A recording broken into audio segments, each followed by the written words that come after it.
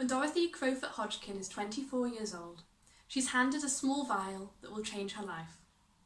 The year is 1934, and Dorothy is working hard in the laboratory, studying crystals, not the diamonds or amethysts that we might think of, but crystals in a more chemical sense. A crystal is a solid material made of lots of tiny parts arranged in a highly ordered way. An example of a crystal that we can see is a snowflake. Snowflakes form when water molecules freeze around a speck of dust high up in the Earth's atmosphere, forming ice crystals.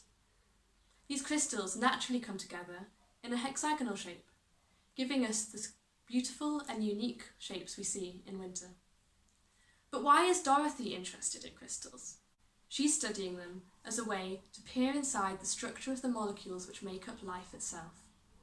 She takes a solution of molecules and crystallizes it.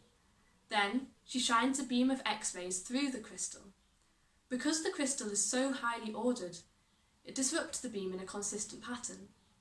Dorothy can study this pattern and make highly educated guesses about the structure of the molecules inside. This technique is called X-ray crystallography.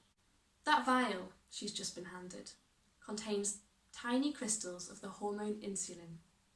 Insulin is a protein which makes sure our cells get the sugar they need by regulating how much sugar is available in the blood.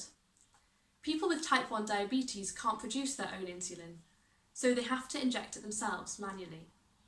Dorothy is intrigued by this molecule.